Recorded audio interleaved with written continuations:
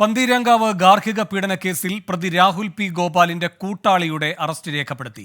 P Rajesh ആണ് അറസ്റ്റിലായത്. രാഹുലിനെ രാജ്യം വിടാൻ സഹായിച്ചത് രാജേഷ് എന്ന് പോലീസ് കണ്ടെത്തി.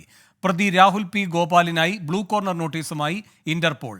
പ്രതി രാഹുലിന്റെ അമ്മയും സഹോദരിയും ഇന്ന് ഹാജരാകില്ല.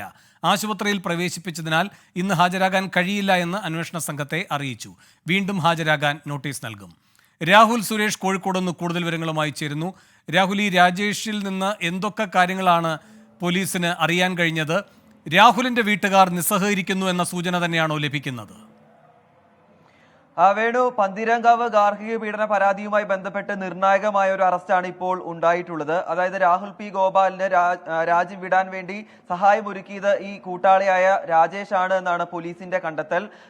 രാഹുൽ കേരളത്തിൽ നിന്നും റോഡ് മാർഗം ബാംഗ്ലൂരിലെത്തി അവിടെ നിന്നുമാണ് വിമാനമാർഗം വിദേശത്തേക്ക് കടക്കുന്നത്. അതിലുൾപ്പെടെ നിർണായകമായ സ്വാധീനം ഈ രാജേഷിന് ഉണ്ടായിരുന്നു. അത് പെൺകുട്ടിയും മൊഴിയായി നൽകിയിരുന്നു. അതിന്റെ അടിസ്ഥാനത്തിൽ നടത്തിയ അന്വേഷണത്തിനൊടുവിലാണ് ഇന്ന് രാവിലെ മാങ്കാവ് സ്വദേശിയായ രാജേഷിനെ എടുക്കുകയും വിശദമായ ചോദ്യം ചെയ്യലിനൊടുവിൽ ഇപ്പോൾ അറസ്റ്റ് രേഖപ്പെടുത്തുകയും ചെയ്തിട്ടുള്ളത്.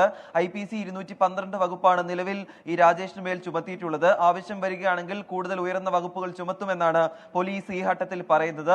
അതോടൊപ്പം വിദേശത്തുള്ള രാഹുലിനെ കേരളത്തിൽ എത്തിക്കാനുള്ള ശ്രമവും പോലീസ് ആരംഭിച്ചു കഴിഞ്ഞു. അതിന്റെ ആദ്യഘട്ടം എന്ന നിലയിലാണ് CBIയുടെ സഹായം തേടിക്കൊണ്ട് ഇന്റർപോളിനെ സമീപിച്ചുകൊണ്ട് ഇപ്പോൾ ബ്ലൂ കോർണർ നോട്ടീസ് പുറത്തിറക്കിയിട്ടുള്ളത്. അതായത് വിദേശത്തെ ഉൾപ്പെടെ വിവരങ്ങൾ തേടുകയാണ് ഈ ബ്ലൂ കോർണർ നോട്ടീസിന്റെ ഉദ്ദേശം. അതോടൊപ്പം ഈ രാഹുലിന്റെ കുടുംബം ഇപ്പോഴും നിസ്സഹകരണം തുടരുന്നു. അതായത് ആദ്യം ചോദ്യം ചെയ്യലിനായി നോട്ടീസ് നൽകിയത് ഇന്നലെയായിരുന്നു.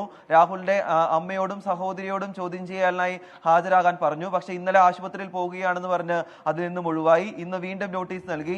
നിലവിൽ രാഹുലിന്റെ അമ്മയും സഹോദരിയും നൽകുന്ന മറുപടി, താങ്കൾ ഇപ്പോൾ ആശുപത്രിയിൽ അഡ്മിറ്റ് ആണ്, അതുകൊണ്ട് തൽക്കാലം ചോദ്യം ചെയ്യലിന് ഹാജരാകാൻ കഴിയില്ല എന്നുള്ള മറുപടിയാണ്. അതുകൊണ്ടാണ് വീണ്ടും ചോദ്യം ചെയ്യലിന് നോട്ടീസ് നൽകാൻ അന്വേഷണ സംഘം തീരുമാനിച്ചിട്ടുള്ളത്. വേണു, രാഹുൽ സുരേഷാണ് കോഴിക്കോട് നിന്ന് വിവരങ്ങൾ നൽകിയത്.